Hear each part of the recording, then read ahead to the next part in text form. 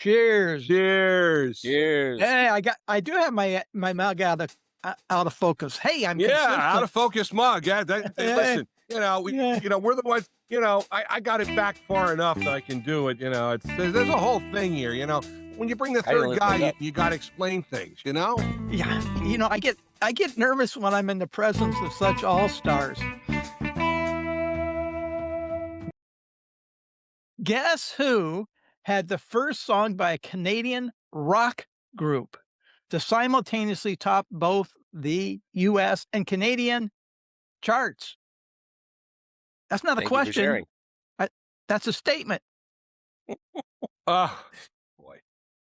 I'm going to go with Paul Anka or the Guess Who. Those would be the two I would guess. Jeremy, which one do you think it is? I think that wasn't a question. It is the Guess Who, Tripp. It is. Hey, our spotlight for this episode, this super serious episode, are, I don't know, it's the two dudes called Burton Cummings and Randy Bachman, or Bachman. You can pronounce it both ways. Their top hits with the group, the Guess Who, Bachman-Turner Overdrive, and solo efforts. And I'm joined by an all-star duo. I'm telling you, all-star duo, multi-platform broadcaster and on-air personality, Tripp Rogers, and truly a global, I do mean this, a global music advocate, Jeremy Van Sluytman. Gentlemen. Global music icon. Absolutely. Welcome to both of you. Thank you, Phil. Thank you, Phil. Great to be here.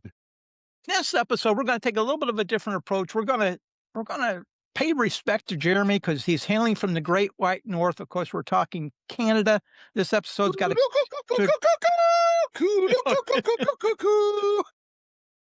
Hey, Lee. All right. Good day, eh? How's it going, eh? True or false, it is Bachman-Turner Overdrive, not the Guess Who, that is inducted into the Rock and Roll Hall of Fame. I'm going to say false on that because I don't think Bachman-Turner Overdrive is in the Rock and Roll Hall of Fame. I don't think Randy Bachman or Burton Cummings are in the Rock and Roll Hall of Fame either. Interesting. You're right. Neither is in. Yeah.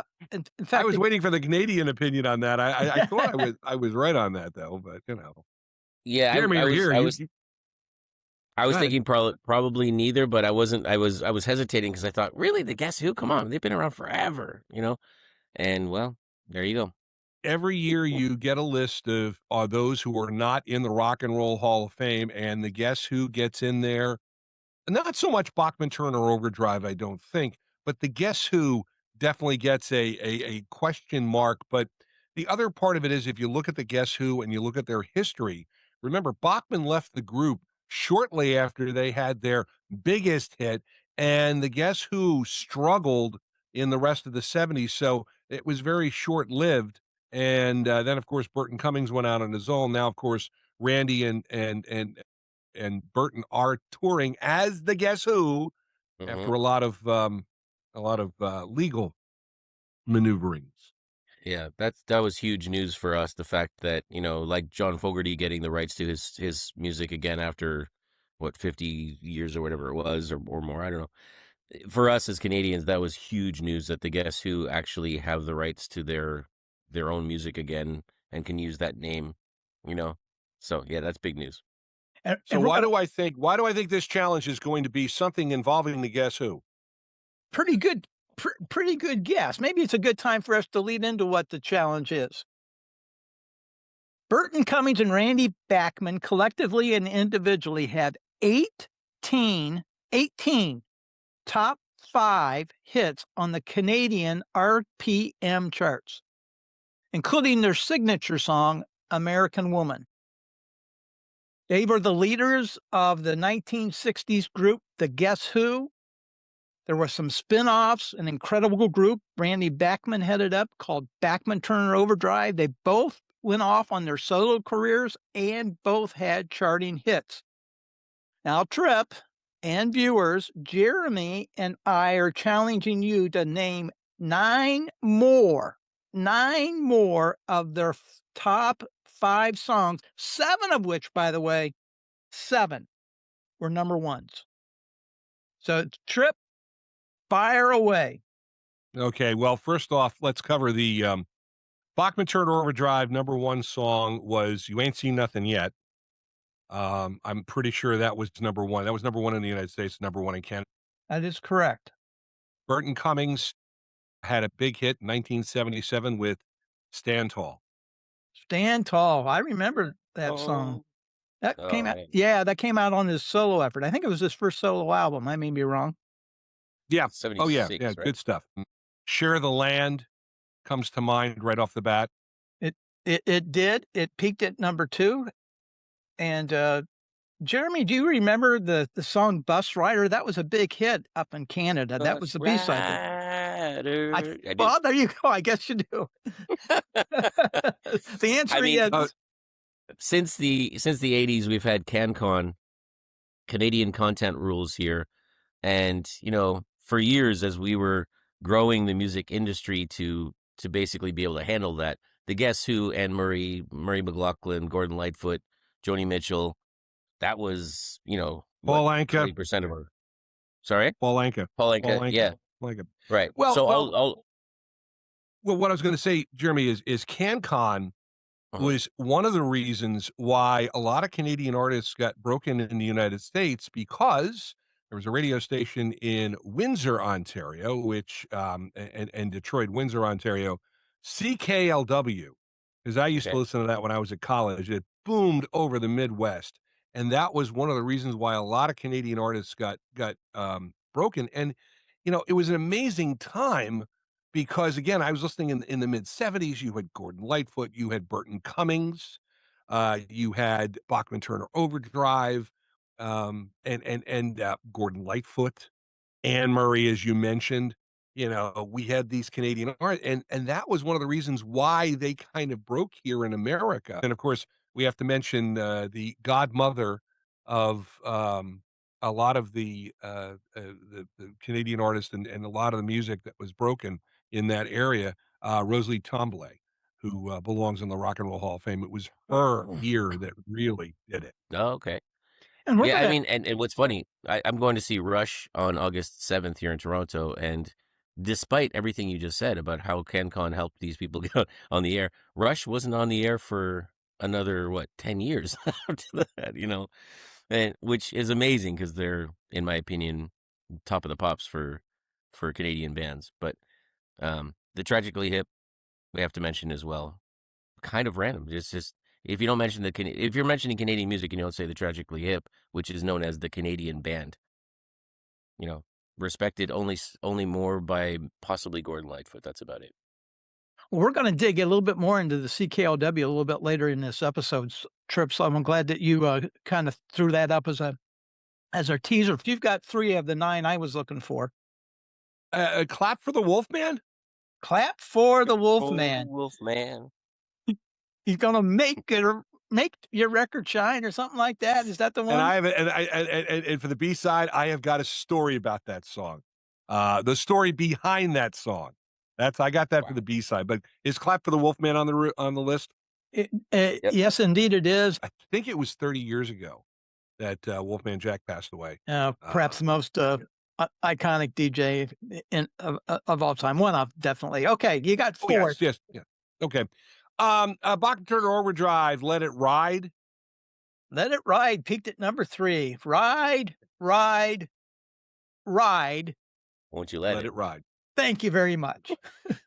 I don't know if this was a hit, but Bachman-Turner Overdrive, Roll On Down the Highway, which was my favorite song from Not Let Fried it Drive. go down, let it roll. Yeah. See, Tripp will let Jeremy sing. He won't let me. Hey, you guys, I was taught to be nice to our guests. There you go. We're very polite. Be nice to my here, be nice to our thank guests. You, sir. Is Rolling Down the Highway? Yes, on the it list is. Yes, it is. It peaked at number 4. Very good. There's the unofficial second Canadian national anthem is on this list. We had some friends that were leaving. When I was living in Kazakhstan, we had some friends from Canada who were leaving to come back home. Excuse me, I don't mean to interrupt. These Eyes. How did I miss that one? These Eyes. That's not the one I was referring to, but it's definitely there. Surprisingly, that song did not get inside the top 5. It only reached number 7, believe it or not. So where are we at now, Phil? Is that 5 or 6? I'm going to give you what we've got, okay, and then we're going to get back to the second Canadian national anthem story by Jeremy. We've already talked about American Woman. That was a given, but You Ain't Seen Nothing Yet. You Share the Land. That's 2. Let It Ride is 3. Clap for the Wolfman is 4. Stand Tall is 5. Rolling Down the Highway is 6. We're looking for 3 more. No Sugar Tonight was the flip side, and that was a double-sided number 1 song. So do we count that or not? Let's count it. We're going to count it. So we're down to 2. Okay. There you go. Jeremy, what's the Canadian national anthem song? Or the second national anthem. So it was a friend. We were playing this song for these people, and the the second guitarist in the band said, "Can we all stand for the Canadian national anthem?" Everybody respectfully stood up, and we played this song. It's Taking Care of Business. Really? Oh, I can't believe I missed that one. Yeah, ECB. It was a moment of not sure if they should be offended, and then everybody, all the Canadians in the group, just sang along with this. Take care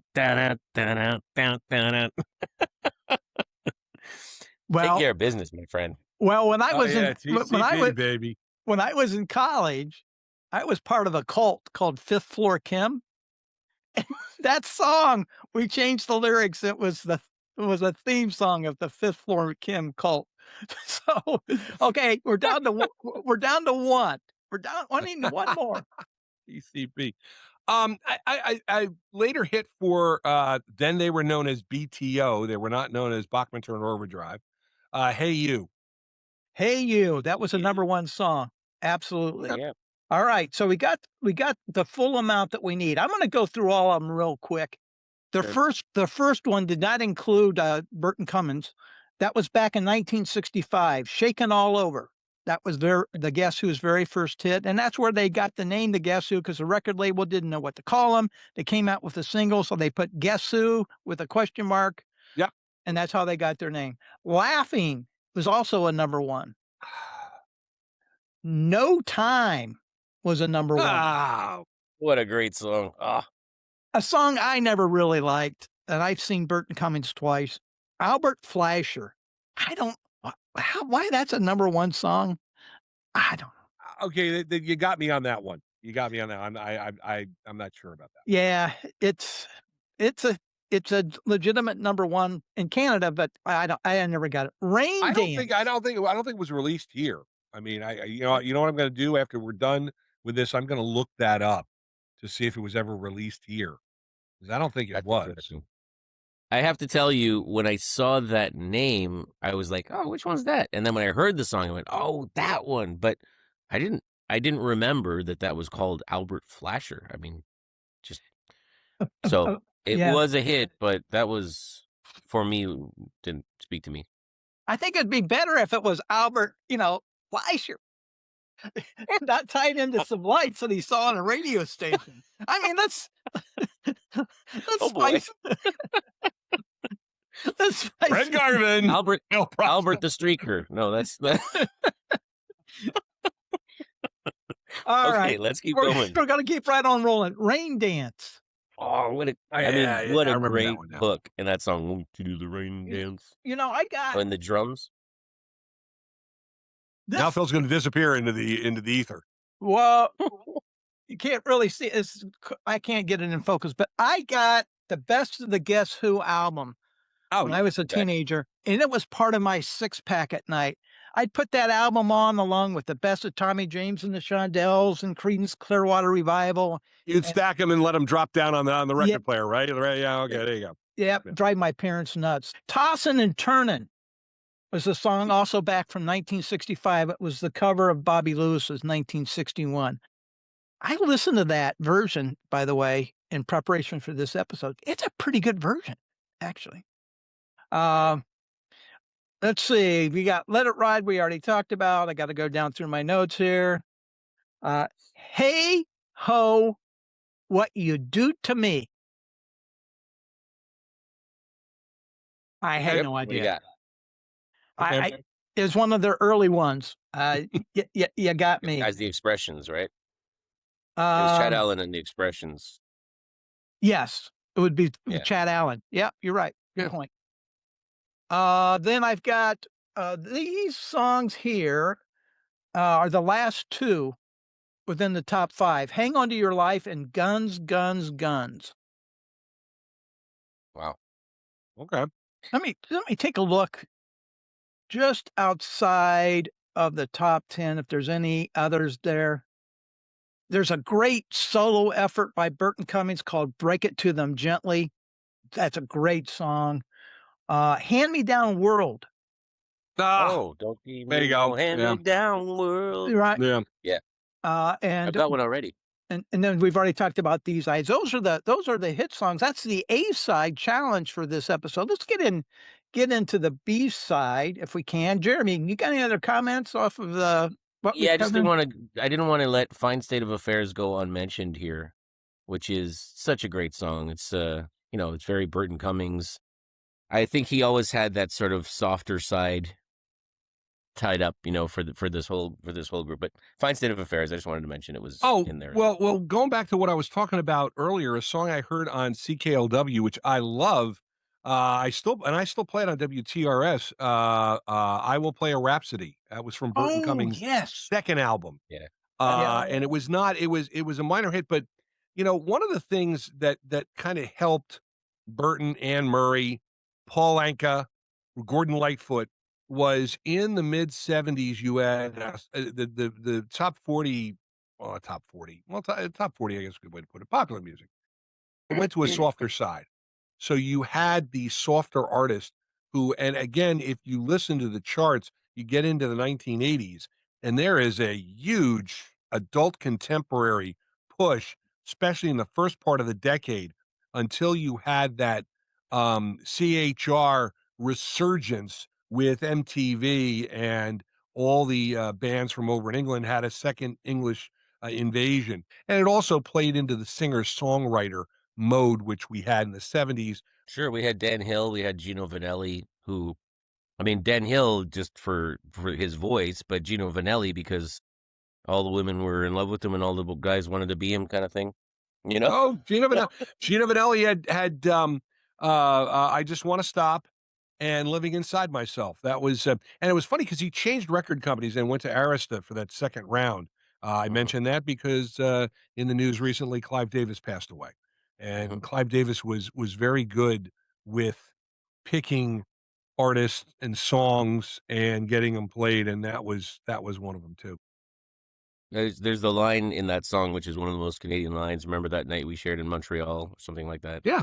And that I don't want to stop. And for Canadians, if you say, I think even now, if Drake says something about Toronto in one of his songs, it's gonna be a hit here. So, and that has never changed. That's why we love the Tragically Hip, because they have songs about Bob Cajun. It's like amazing. So, we're on the B side, and I promised the B side story of the song "Clap for the Wolfman." Now, I mentioned the fact that Randy Bachman left the group right after they hit the top of the chart with American Woman, and Burton Cummings became the leader of the group. Well, the other members of the group were not happy with Burton Cummings' dictatorial style. Burton was rather, my way or the highway type thing. So they came up with this little ditty, and they would play it in the studio, and clap for the Fuhrer. And they would play this. Jeez. And one day Burton heard it. Oh, it's a song we're fooling around with, blah, blah, blah. It has no meaning, blah, blah, blah. Well, that's when they changed it to Clap for the Wolfman. And at that time, Wolfman Jack was doing the Midnight Special. And they said, hey, Wolfman, would you want to do that? Oh, yeah, sure. And he did it. And actually, that was one of two songs that featured Wolfman Jack within about a year apart. The other was Flash Cadillac and the Continental Kids did a song, Did You Boogie With Your Baby? And Wolfman Jack appeared on that song. Both of them made top 20 in America. And if I'm not mistaken, I'm pretty sure that was the last Guess Who hit that hit the charts. It was in the mid-70s. All right, Phil, sorry, we've still hijacked your show, Phil. Yeah. And we're back with Phil Yale. Thanks for joining us, Phil. I'm Phil Yale, on with the countdown. Phil Yale just got back from a coffee break and has no idea where we are in the sequence here. That was part one of the B-side. I've got another B-side now. This is actually literally a B-side. The name of the song is called Undone. What was the A-side for Undone? Oh. I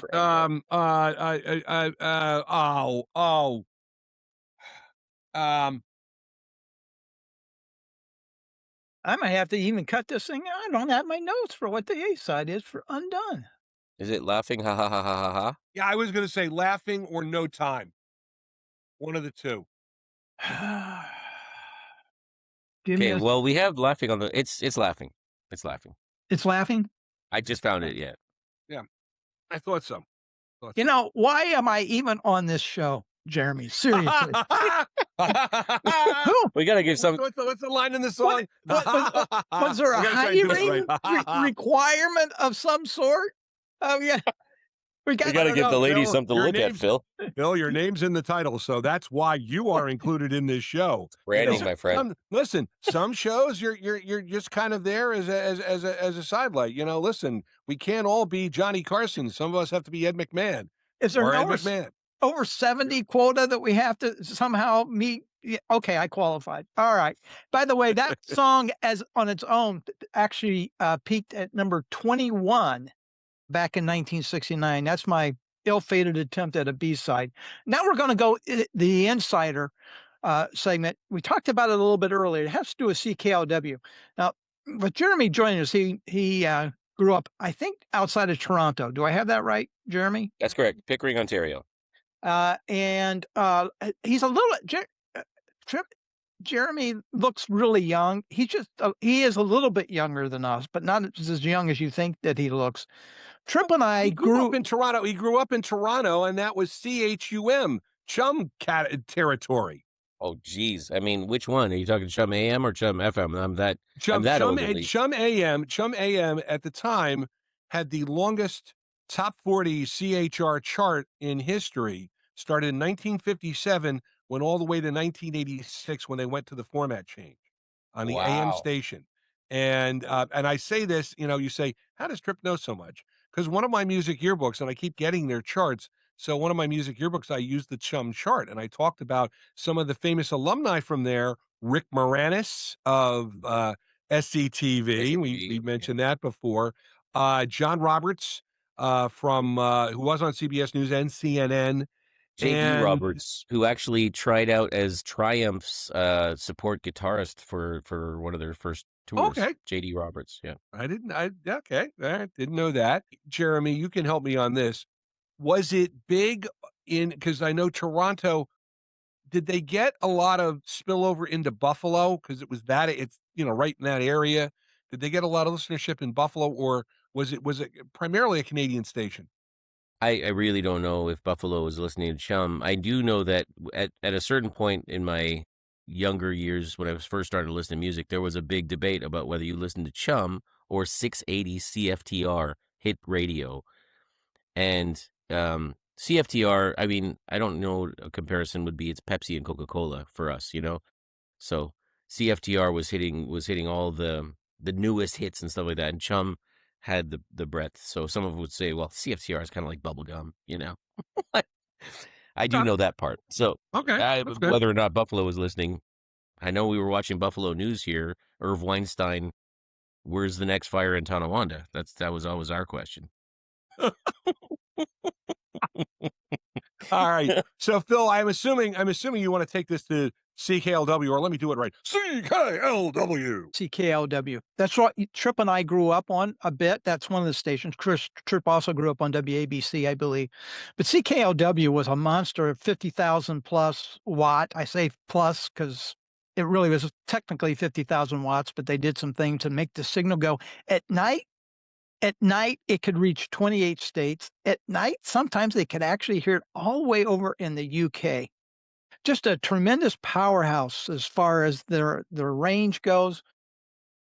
The thing about CKLW was it was this bigger than life radio station, and again, it was in Windsor, Ontario, so it was Windsor, Detroit, and Detroit, it owned Detroit listenership, and they would, they had an offices in Detroit, and they sold there. Of course, when you talk about CKLW, you talk about it had the same format, the Drake style top 40 format that a lot of radio stations adopted here in the United States. And it's funny because I have a former boss, Jim Davis, who worked there as Big Jim Edwards at Oh, CKLW. I didn't know that. And yeah, and it's CKLW is just one of those. It's one of those magic stations, and even in the late 1970s, they were still holding the top 40 banner into the 80s because AM radio really fell out of favor in the mid 1970s because FM was adopted, and the FCC had mandated a split um, on radio stations. They had to program it separately, but the other thing about CKLW, and I mentioned it earlier, they were on records early, and their big signal would help carry it through the mid part of the United States. It's funny, but there are certain radio stations that really influenced music. CKLW was one of them. WLS in Chicago was another. WABC in New York, of course, was the most listened to station in the nation because the sky signal. KHJ in Los Angeles. And of course, what do a couple of these stations have in common? I mentioned Bill Drake. Bill Drake was the program director of those radio stations. Jeremy, did you listen to CKW at all? No, no. It's that's closer to London, Ontario, which is quite a ways from here. And we used to listen to. I was a rocker. I listened to Q107 in Toronto, and CFNY 102.1. We had for the sort of the indie alt sound. I don't remember this station that you guys are talking about. One of the things also, CKLW, their signal, you talk about their signal, it wasn't a clear channel signal, but their signal, the way they had it tuned, it was in, Ontario, but it wasn't as booming. It boomed south. They pointed the signal south. They Yeah. were going for Detroit, Toledo, those listeners. That's how the signal was pointed. Jeremy, I think you're about 20 years younger than I am, roughly, I Yep. think, right? So let's say a generation younger. Just say it's a generation younger. Okay. The one thing that you kinda saw, Tripp and I clearly lived in the age of the power of AM radio. You kinda saw a part of it. Tripp talked about how they were these stations that really influenced music. There are there any stations these there isn't, is there? Is there anything that really is seen as really driving? There's no MTV. I'm just throwing that out as an observation in the changing times. It's such a fragmented landscape now as far as music goes. I was talking in the car with my daughter yesterday on the way home, and she said, when I was saying that, I was saying, because she was asking me what radio stations should we listen to here, because she grew up in China, so she doesn't. I was saying, well, 102.1, 102.5, 107.1, 107.9 is the Wolf. And she said, what about iHeartRadio? What's that? So, if you're looking at, so, because she doesn't know radio, like to your point, Phil, she doesn't know what radio is. She listens to playlists and she goes on to whatever the newest version of TikTok is. When she finds a song she likes, she goes and looks it up on YouTube. That's how kids listen to music. But Yeah. that's where they go, but there isn't necessarily somebody pushing it. That's a pull. They're being pulled into YouTube, but as far as pushing it out, it was just an observation. Yeah. CKLW, quite a powerhouse. That's our insider segment. Now we're going to go to our Confider segment where we confide kind of like, what did we learn? What did we learn from getting ready for this episode or from this episode? If you don't mind, I'm going to go ahead and start. I made a couple notes. Here's what I learned. At their absolute peak, Bachman-Turner Overdrive had 3 albums on the Billboard Hot 200 at the same time. That's really impressive. And they did it twice. They had 4 albums released in 74, 75 type time frame. I learned, and Tripp talked about it, CKLW's signal went further in the United States than it did in Canada. I just thought it just went, like a gigantic circle, but it wasn't. It was directional. Jeremy. So first of all, I'm just going to echo what you just said about the way you could direct the radio signal in a specific way. So they were trying to get into the U.S. market. I didn't know that. I thought the same as you, Phil. I thought it was like a radius, you know? And so I was kind of surprised you guys are talking about this radio station like it was, legendary. And I'm like, I didn't listen to that. I don't remember those call letters, I think for me, it was growing up. I grew up knowing American Woman, loving that song. And as a rocker who was learning to be a guitarist, it was very important that you could play that solo note for note and get the same tone that Randy Bachman had. There was a bit of a bitter taste in our mouth about Burton Cummings becoming the star of that group because, if you see him in interviews and stuff, he's not necessarily somebody I'd like to sit down and have a coffee with. No. Well, I already gave away the the clap for the Fuhrer, bit on that. Yeah. That was the story. Yeah, that was the story. What I learned on this one was taking care of business was the second Canadian national anthem. I did not realize that. I had never heard that one, so that's something I learned. And I would love for other Canadians who might watch this to comment if they've heard that as well. But definitely, like for us, that was it was tongue in cheek a little bit. It's not like. But what I mean with tongue in cheek is that we didn't think it was the national anthem. We just thought it's such a great song, and it spoke for the working man, kind of the working people of Canada. For me, Elvis used the term "taking care of business" in the 70s. TCB. That was something that Elvis. In fact, Elvis had that on his jumpsuit. TCB, taking care of business. But I'm assuming I think that was before that song became a hit. But the other thing that I learned, and you mentioned this, the fact that when I look at Canada and I think of some of the big artists, you have mentioned 2 artists that really embody Canada. That Rush is doing that 50th anniversary tour, and you said you're going to see it. And they started it off here. And again, it's one of those bittersweet things because Neil Peart had passed away, or Peart had passed away. And so they're doing it without their drummer. That's what I learned. And you're never too old to learn. There you go. Yep.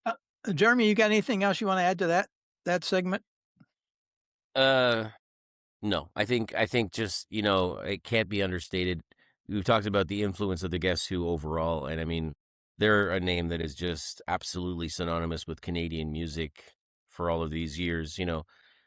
Whether you like Burton Cummings or not, for example, but Randy Bachman, you can't deny how many amazing songs they've written, hits or not hits, just incredible music. So I just wanted to say I'm really happy we're doing this segment about them because they're fantastic. We're going to shift gears. We're going to go into our triple play for this episode. Each of us will have up to 3 songs they can include in the triple play. Doesn't have to be a song that's on this list. Just needs to be from one of the artists. But before I forget, we talked about Burton Cummings in the solo. Before BTO, Randy Bachman also had a solo career. He released a couple songs, got a couple into the top 40, by the way, on the Canadian charts. I wanted to make sure that I gave him the proper respect. Okay, Tripp's triple play. Tripp will let you go, then Jeremy, and then I'll close it out. Clap for the Wolfman, definitely number 1. American Woman, number 2. And I'm going to include, and I know, but I've always loved Burton Cummings, and I've always loved Stand Tall. It's always been one of my favorite songs. Very good. Jeremy. Okay, Undone, just because it can't be understated how great that flute solo is. Rain Dance because I love the rhythm and the use of the drums there, and Taking Care of Business because I'm Canadian. Well, I have Taken Care of Business because it was part of that Fifth Kim cult. It truly was a cult song. I'm gonna throw out, No Sugar Tonight and New Mother Nature. I thought that was a great song that they put together. And I'm gonna mention one that has, not been talked about. It's a solo effort by Burton Cummings. The name of the song is called You Saved My Soul. Great lyrics and a great tune from Burton Powerful Cummings. vocal too. He really nails it on that one. Jeremy, quickly, provide to our viewers a list of the, places they can follow you. So I'm laughing because I actually had to have my computer changed out recently, and it says Jeremy Temp as my name. So Yeah. the podcast is Our Mind on Music. OMOM. Our Mind on Music is primarily on YouTube, but you can find us on all the social media stuff. We do a lot on Facebook, and Phil, you've been very supportive, and Tripp as well. And you've been on, I think, some of the Facebook stuff for Our Mind on Music. So it's changed a little bit from strictly a video podcast to being more about discussion about music on social media and short form videos. And for anybody who has access to WeChat, which is a Chinese platform, we have a few thousand followers on there as well. So join us. Just look, if you put Our Mind and Music all together in Google, in a Google search, all the stuff will come up. Very good. Tripp? You can find me weekdays on Q105 in Savannah, Quality Rock Q105.3 WRHQ FM. My radio station is WTRSradio.com, and the Music Yearbook is a show which I do on a number of radio stations and streaming platforms. The Music Yearbook with Tripp Rogers, heard every weekend, and we do a lot of, we have done CHUM, we do CKLW. We usually use a record chart and have some fun with that. It's a labor of love, and we enjoy that. And we enjoy doing Trippin' Up with Mr. Phil Yale. Part of the weekly show is great. By the way, WTRS radio is just a great listen. I do listen to it. The Phil Yale empire is expanding. I'm making my debut. I'm making my debut as the equivalent of with the radio countdown. host. Yeah, I'm making with the countdown. Yeah, on the Music Expert Retro Countdown. Thanks to Jeff Michaels. I'll put some information down in here. So at the risk of me getting or becoming undone because I completely blew that in the B-side, let's tie everything together. Viewers, we hope you enjoyed this conversation. Let us know what your favorite Guess Who, Bachman-Turner Overdrive, Bachman, or Burton Cummings song is. Please consider giving us a thumbs up, comment, share. Those are really the most important to us. If you want to subscribe, that's okay. But boy, those thumbs and comments, I tell you what, we really enjoy reading those. Hope you enjoyed our episode. Until we meet again, keep the coffee brewing, keep the conversation flowing.